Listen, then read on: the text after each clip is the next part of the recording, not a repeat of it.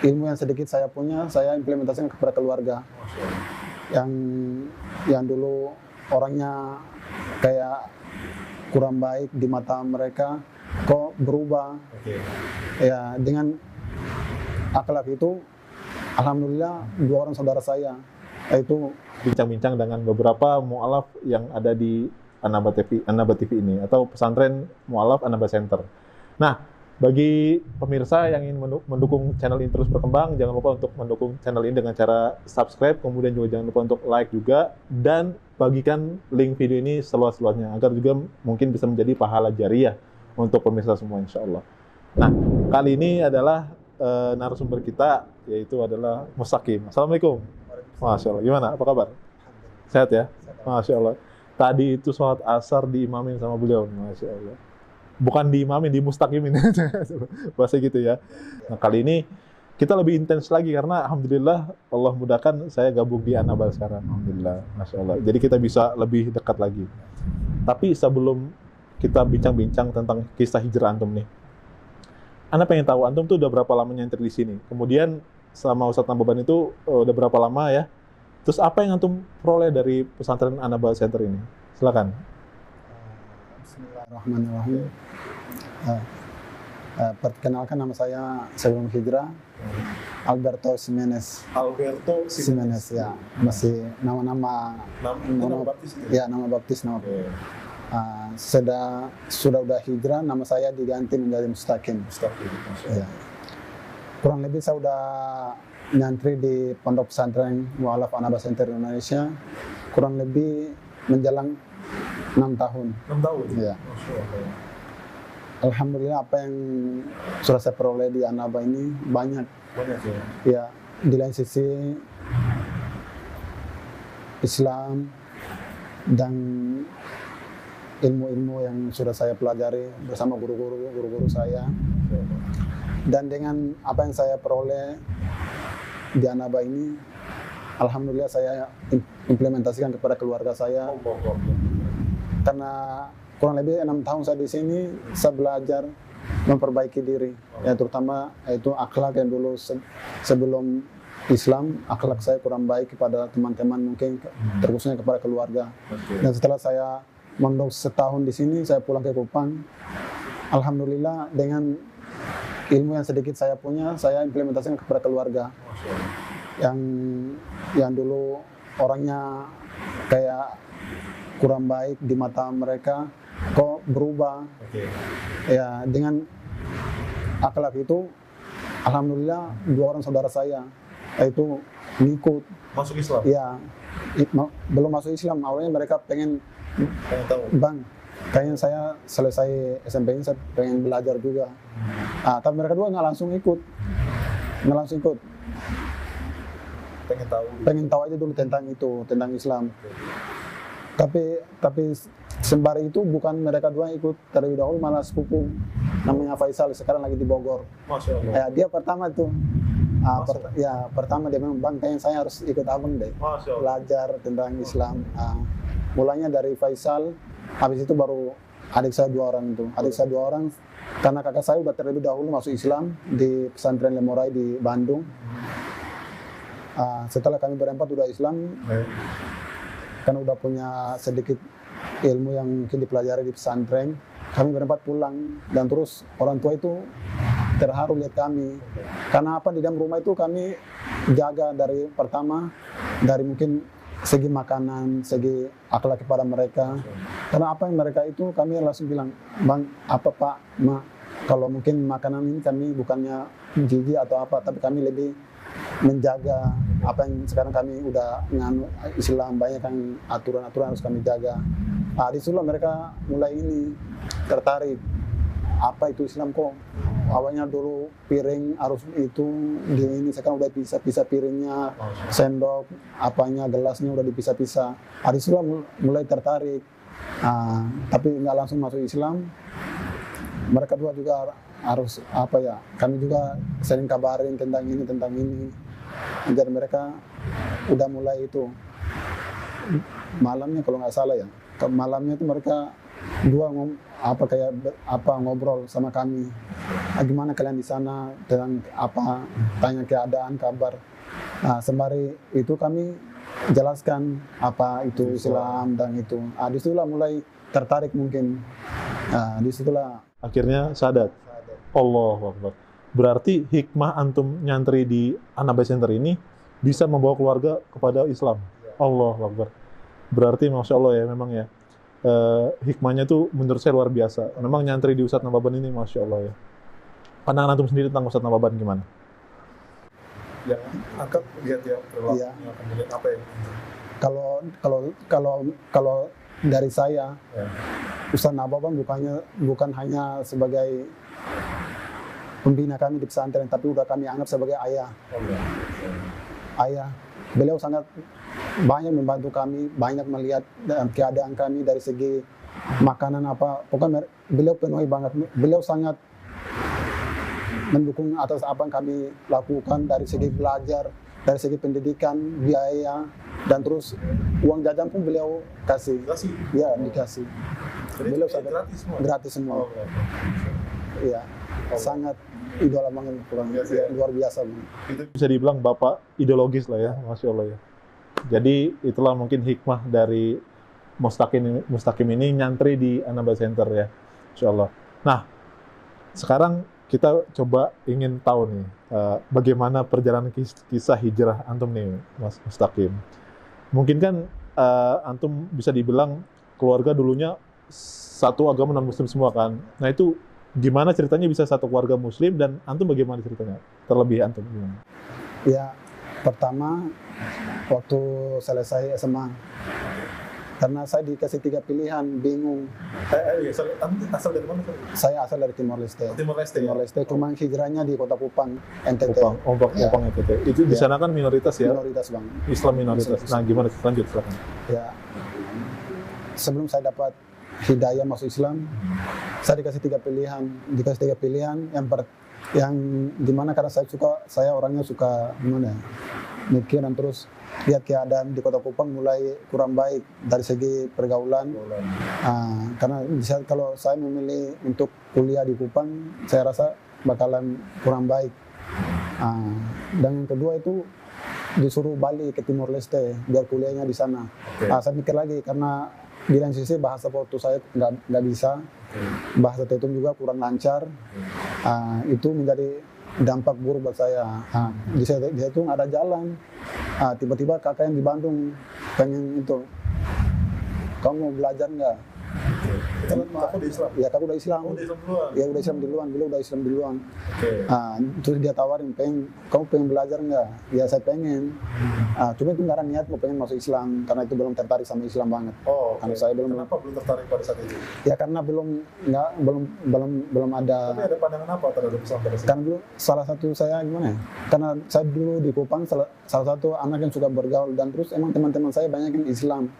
Islam dan mereka itu ya seperti kami, apa aja disantap, apa aja dilakukan. Makanya dari situ saya apa bedanya Katolik sama itu, ya karena saya punya Makan itu juga makan. Iya, bukan makan itu lagi, kayak minuman itu kami sering bareng dan terus apa-apa itu udah itu. Jadi disitulah saya bilang kayak nggak ada bedanya di Islam sama itu deh. Disitulah kakak saya bilang itu udah tadi sini mau Islam. Saya bilang saya nggak pengen deh. Saya nggak pengen, kenapa? Saya udah tahu teman-teman saya waktu di Kupang itu gimana. Jadi saya paham lah, saya sama aja deh. Nggak beda jauh.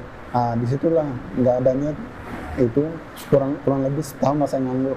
Saya nggak ngapa-ngapain di Kota Kupang aja, nggak ada kerjaan. Sempat kayak ngojek buat itu. Buat nyambung hidup gitu ya? Buat nyambung hidup gitu. Baik. Ya kan udah selesai sekolah, nggak ada lagi, nggak mungkin itu orang tua kasih duit lagi buat apa. Jadi udah setahun itu ngojek, terus kayak bantu-bantu teman di bengkel, teman punya bengkel, bantu. Gitu aja. Jadi kurang lebih setahun nganggur, tiba-tiba bapak tawarin lagi, kau pengen belajar nggak? Bapak tawarin lagi kayak gitu. Tiba-tiba dikenalin sama almarhum Bapak Jainuddin. Dari beliau lah saya disyaratkan, dan berulang mungkin itulah saya dapat hidayah dari beliau mungkin. Gimana? Jadi saya dipertemukan sama Pak Jainuddin. Beliau tinggal di Kupang Barat, di Kota Kupang. saya diperkenalkan sama beliau, terus ngobrol-ngobrol tentang ini. Beliau juga mungkin kurang paham tentang agama, cuma kata-kata beliau itu banyak kan kayak ngangkut gitu, kayak musuh di apa. Oke, kan Ya, karena beliau juga udah banyak sangat banyak bantu teman-teman dari timur yang masuk Islam, dan terus banyak kayak Ustadz Orlan, Ustadz kayak Kanisa, beliau cerita juga. Disitulah mulai tertarik tentang Islam. Apa pertanyaan apa yang antum ajukan? Mungkin apa penjelasan pada saat itu, Ya, Ustadz? karena beliau pakai bahasa kayak bahasa Timor Leste, ya, jadi itu mungkin itu. Beliau bilang, Bapak udah banyak bantu kakak-kakakmu yang di Timur, banyak kan udah sekolah tinggi. Dari situlah banyak orang yang bantu. Sekarang udah banyak dorong adik-adik buat sekolah. Kamu nggak pengen pengen belajar gitu. Nanti Bapak yang bantu kamu dari sekolahmu di mana secara itu. Beliau di situ beliau kasih saran kayak gitu. Awalnya nggak tertarik, belum juga tertarik. Ya belum tertarik. Tapi lihat lagi keadaan, masa saya gini-gini aja pikirnya, saya gini aja. Pas sorenya itu saya diajak lagi sama bapak langsung ke kota Kupang Barat. Kupang Barat, tapi itu belum niatnya mau syahadat. Cuma pengen jalan-jalan atau pengen itu. Pas nyampe sana ketemu lagi santri dari sini pulang, terus ngobrol kayak gitu. Ngobrol sama santri yang udah muslim gitu. Ngobrol-ngobrol. Udah dari situlah mulai tertarik, tapi belum niat mau pengen masuk Islam. Tertariknya karena orangnya baik-baik gitu ya. Orangnya baik-baik gitu, dari segi akhlaknya, cara ngobrolnya. Terus awalnya dulu kami kenal di Kupang orangnya kayak gini, tiba-tiba setelah masuk pesantren berubah lagi itu. Sembari lagi di situlah mungkin kakak pulang sempat dari Bandung gitu. Bandung pulang, terus sempat ngobrol lah. Di situlah mulai itu tertarik sama Islam, pengen belajar. Karena mungkin mereka mungkin dari segi pergaulan saya di Kupang, mungkin teman-teman yang salah memahami tentang Islam atau apa. Awalnya pikirnya kayak gitu. Disitulah saya mikir, kayaknya saya coba aja. Awalnya sampai itu gimana ya? Kayak masih ada rasa janggal di hati, itu pengen mau syahadat. Tapi ya karena lihat keadaan, terus mungkin pengen juga belajar tentang Islam, karena banyak kakak cerita Islam kayak gini banyak yang dilarang. Disitulah mulai tertarik, penasaran. Disitulah paginya disuruh bapak siap-siap kita kayak itu Kupang Barat. Tapi bapak masih keadaan non muslim pada saat itu? Masih keadaan masih non muslim. Bapak itu support ya. Anehnya bapak itu gini, beliau non muslim, tapi beliau banyak membantu orang-orang Islam untuk belajar. Masya Allah ya, dulu gitu ya? Gitu. Bapak itu gitu. Oke. Jadi anehnya bapaknya gitu. Berarti kayak toleransi lah ya? Toleransinya beliau. Luar biasa, toleransinya itu. Beliau nggak terlalu bilang ini nanti suatu saat setelah disuruh masuk Islam semua nanti tiba-tiba nanti buat murtad lagi apa gimana. Gitu beliau ya? Nggak gitu. Ya? Beliau yang penting kalau anak mana yang pengen belajar atau apa, beliau bantu, mau Islam mau ke mana itu terserah. Masya Allah. Beliau bantu semua. Masya Allah. Patut dicontoh nih ya. Untuk bapak-bapak yang masih anak yang mau alaf nih, ini bagus bapaknya Mustaqim. Masya Allah. Terus akhirnya antum syahadat pagi-pagi itu? Iya, pagi-pagi itu disuruh diajak ke Kupang Barat. Terus disyahadatin kurang lebih seminggu lah masih di kota Kupang. Hari itulah konfirmasi sama Ustaz Nababan, disuruh belajar ke anak pesantren. Masya Allah, baik. Tentunya pasti kalau ketika sudah antum syahadat nih masuk Islam, pasti kan ada beberapa yang masih antum ragukan kan gitu ya. Nah, yang membuat antum udah nggak ragu lagi terhadap Islam tuh dari segi apanya nih, di dalam Islamnya sendiri? Kalau menurut yang sudah saya tidak ragukan itu dari segi akidahnya, ketuhanannya. Baik, gimana ceritanya? Ya, karena ini kalau kita cari tahu kalau mungkin dulu di agama sebelumnya mungkin Tuhan ada beberapa, kayak ada Tuhan Bapa, Trinitas Tuhan, gitu Trinitas ya. Gitu. Ya. Kalau dari segi logika ya nggak mungkin. Kalau misalnya kalau Tuhan ada 3, kalau yang satunya minta panas, yang satunya minta hujan, yang satu mintanya dingin, nggak mungkin Tuhan kalau dikasih itu. Kalau berarti mereka beda persepsi, kalau mereka mungkin bisa jadi berantem atau apalah. Ya kan semuanya minta lain-lain, nggak satu. Jadi itulah saya itu nggak itu disuruh mungkin nggak make sense lah ya. Iya, secara logika nggak masuk ya. Iya. Dalam Islam? Kalau dalam Islam mungkin dari segi ketuhanannya itu kan kita nggak itu, kita tahunya bahwa yang menciptakan alam semesta ini, dengan kita melihat alam semesta ini kita udah tahu bahwasanya yang memiliki itu ada. Ya disitulah dia, iyalah secara logika memang kita nggak ada di ini. Betul. Memang Tuhan harusnya nggak nampak kan gitu nampak. ya. Disitulah mulai Yakin lagi ya. Yakin bahwasanya yang itu tuh nggak ada, yang itu ada Tuhan nggak mungkin diperanakan kayak gitu. Tapi kan banyak juga orang yang mungkin masih menganggap bahwa Islam itu oke lah, mungkin antum oke di akidah kan gitu. Tapi di syariat nih banyak orang yang bilang bahwa Islam itu banyak aturannya gitu loh, seterusnya. Nah, antum gimana tuh? Ya kalau menurut saya hidup itu memang harus punya aturan. Oke. Kalau hidup kalau nggak punya aturannya, ibaratnya apa bedanya kita sama kayak binatang lah kayak itu. Apa aja. Hidup itu memang punya aturan biar kita itu tahu, kita ibaratnya biar kita tuh disiplin lah kayak gitu. Ya, biar kita tuh disiplin bahwasanya kita tahu bahwasanya memposisikan ini tuh apa, biar kita tuh tahu memposisikan diri, nggak harus ngelakuin apa yang nggak itu seperti itu. Baik. Jadi Masya Allah ya, ini penjelasan Mustaqim ini luar biasa nih. Memang manusia itu memang harusnya diatur kan gitu. Iya, bagaimana bisa manusia itu mengatur dirinya sendiri, padahal alam semesta aja Allah yang atur kan gitu ya, yang gede aja Allah atur, apalagi kita yang kecil gini kan gitu ya ibaratnya. Subhanallah, Masya Allah. Ini logika Masya Allah, logikanya cerdas sekali. Nah, tadi kan sempat ya di awal kisah antum bilang bahwa papa antum sudah syahadat ya, sudah jadi Islam sama ibu ya. Itu mungkin ada wasilahnya juga sampai sama diskusi antum mungkin ya. Nah, itu gimana ceritanya? Sampai papa bisa syahadat. Dan kabarnya udah jadi pendakwa di sana ya. Masya Allah. Silakan, tafadhol. Jadi bapak itu karena mungkin melihat kami berempat, misalnya anak-anaknya udah Islam, dan terus beliau juga udah banyak bantu anak orang lain masuk Islam. Terus setiap saat itu kami, misalnya kalau lagi video call lewat WhatsApp itu, kami berempat itu ngobrol tentang Islam.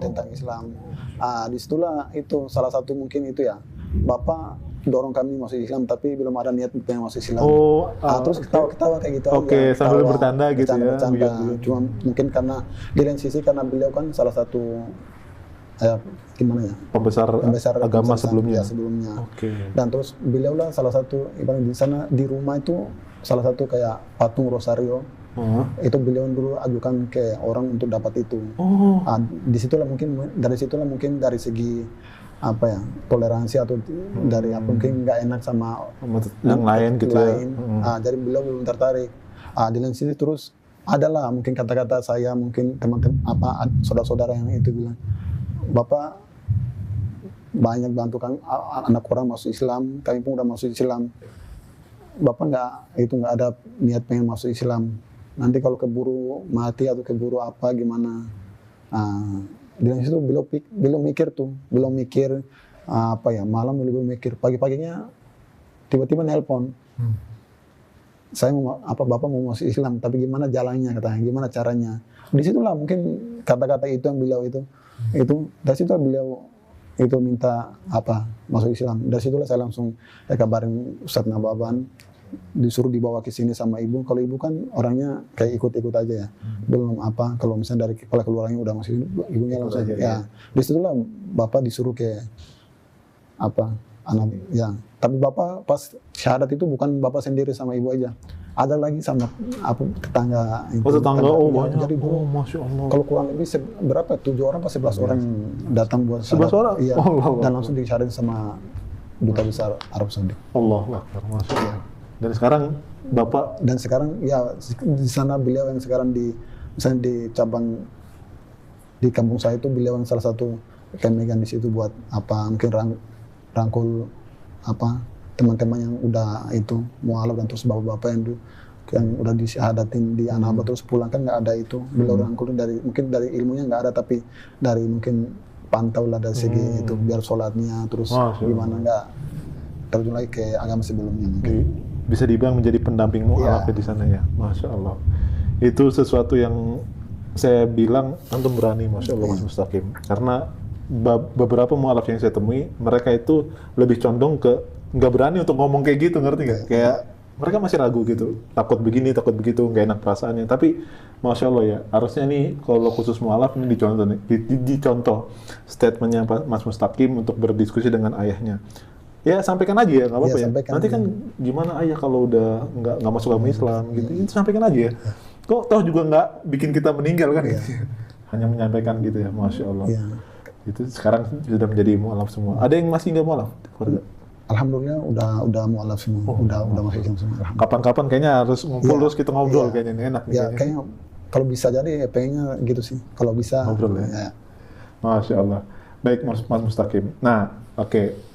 Mungkin sekarang punya nggak apa pesan-pesan untuk pemirsa Anaba TV yang mereka mungkin menyaksikan video ini ya. Tadi banyak sekali yang Antum Kis ceritakan dari awal sampai akhir. Mungkin Antum punya pesan nggak untuk pertama nih untuk mereka yang mungkin nonton mu'alaf. Nah, Antum mau pesan apa kira-kira? Kalau pesan Ana sih apa mungkin singkat aja. Jagalah Islam itu dari apa aja. Jika Islam itu udah nggak ada, misalnya dari hati kita kalau udah jauh dari Islam, ya Islam pun akan jauh dari kita. Dan apa yang kita lakukan pun akan terjerumus. Kita akan terjerumus dari segala hal. Mungkin dari kemaksiatan mungkin. Jadi menurut saya jagalah Islam, terkhususnya Islam, iman, dan akidah kita. Karena itu sangat berpengaruh pada hati kita. Kalau kita udah jauh dari Islam, maka akidah pun kita akan rusak. Benar. Mungkin gitu. Nah ini benar pesannya untuk mu'alaf nih luar biasa ya. Memang kalau mu'alaf itu memang di fase di mana mereka nih mau lanjut apa enggak, lanjut apa enggak gitu ya. Karena gitu kayak bimbang, karena banyak teman-teman yang setelah masuk Islam itu karena kayak mau ngapa, karena mungkin nggak mau cari tahu waktu masuk Islam, banyak sekedar mungkin ikut-ikutan atau apa. Jadi karena itu mereka bingung. Jadi kalau setelah keluar tuh ya balik lagi karena apa ya, mencari tahu tentang Islam yang mereka itu tuh belum kuat. Jadi mereka itu kayak mau masuk atau mau keluar lagi kayak gitu. Iya, maka harus dipertahankan akidah itu, insya Allah. Antum udah berapa lama udah nggak jumpa sama keluarga?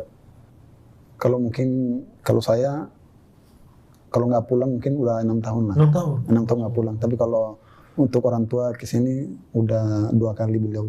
Oh 2 kali? Ya, dulu pernah 1 kali beliau antar teman-teman yang lain masuk Islam, beliau datang jumpa. Dan terus beliau, yang kedua itu beliau syahadat. Jadi jumpanya di sini. Di sini ya jumpanya. Tapi secara keseluruhan Antum 6 tahun nggak pulang ke sana ya? Masya Allah, itu sebuah kerinduan ya pasti kan gitu ya. Antum biasanya aktivitas di sana gitu ya. Udah pernah ngerasain buka puasa bareng gitu sama keluarga? Belum pernah. Belum pernah? Iya. Waduh, mudah-mudahan Allah mudahkan ya nanti pulang ya. Nah, kira-kira nanti, kira-kira gini, kalau seandainya orang tua Antum nonton nih, papa, baik mama ya. Nah, ini kira mau pesan apa sih kira-kira? Mau ngomong apa gitu? Ya, kalau mungkin pesan saya, semoga baik-baik. Semoga baik-baik. Dari mungkin diberi kesehatan selalu. Semoga akidah Islamnya istiqomah. Amin. Jadi pokoknya itulah mungkin kalau dibilang sih rasa rindunya itu banyak banget. Ya, di sisi pengen dekat sama orang tua, pengen ngobrol apalah banyak tentang itu. Pasti ya. Anda bisa lihat dari apa raut wajah Antum ya, bahwa Antum memang rindu ya. Tapi memang laki-laki tuh biasanya nangis tuh jarang gitu ya. Karena harus kuatkan gitu. Nah gitu buat om tante yang mungkin nonton juga, salam dari saya Dok Fatih. Insya Allah Mustaqim ini di sini belajar dan juga pasti juga bermanfaat juga untuk om tante. Baik, nah sekarang mungkin pesan untuk kaum muslimin yang mungkin mereka sudah dapat hidayah duluan lebih dari Antum nih. Karena mungkin banyak juga ya oknum, mungkin ini nggak bilang semua, mereka menganggap bahwa Islam itu ya sesuai dengan apa yang kita inginkan. Bahwa perintahnya ini kita ambil, ini perintahnya enggak, ini kayaknya enggak sesuai nih, enggak gitu. Nah itu banyak sekarang tuh bertebaran di mana-mana ya pemahaman seperti itu. Jadi Islam harus biasa-biasa aja. Nah ini kan mungkin ada kaitannya juga dengan Islam yang kafah nih kan gitu ya. Nah silakan pesan Antum untuk kaum muslimin yang mereka sudah dapat hidayah, yang masih berpikiran seperti itu. Kalau mungkin kaum muslimin, menurut saya kalau kaum muslimin yang mungkin udah dapat hidayah, kalau berpegang teguhlah pada Al-Quran sama Sunnah. Kalau apa yang diperintahkan kita ikut, kalau mungkin apa yang dilarang kita jauhi. itu yang mungkin pedoman untuk kita. Karena kita kalau melihat mungkin teman-teman di luar sana atau orang-orang yang mungkin setelah masuk Islam terus dia melakukan hal yang nggak sesuai sama apa yang diajarkan sama Al-Quran sama Sunnah, kalau kita mengikuti itu mungkin itu salah. Karena mungkin mereka belum belajar atau mereka belum paham apa yang dalam Islam. Jadi kalau kita mengikuti itu mungkin akan terjerumus. Oleh karena itu marilah kita mencari tahu sendiri. Kalau mungkin seseorang buat ini, tapi kalau yang kita mencari tahu lagi apakah ini benar atau salah, mungkin ada apa pedomannya, mungkin ada tuntunannya. Kalau nggak ada tuntunannya mendingan nggak boleh. Ya jangan. Betul. Ya karena ibaratkan kalau kita melakukan sesuatu terus kita lakukan terus ada orang lain yang melakukan itu, takutnya menjadi dosa jariah.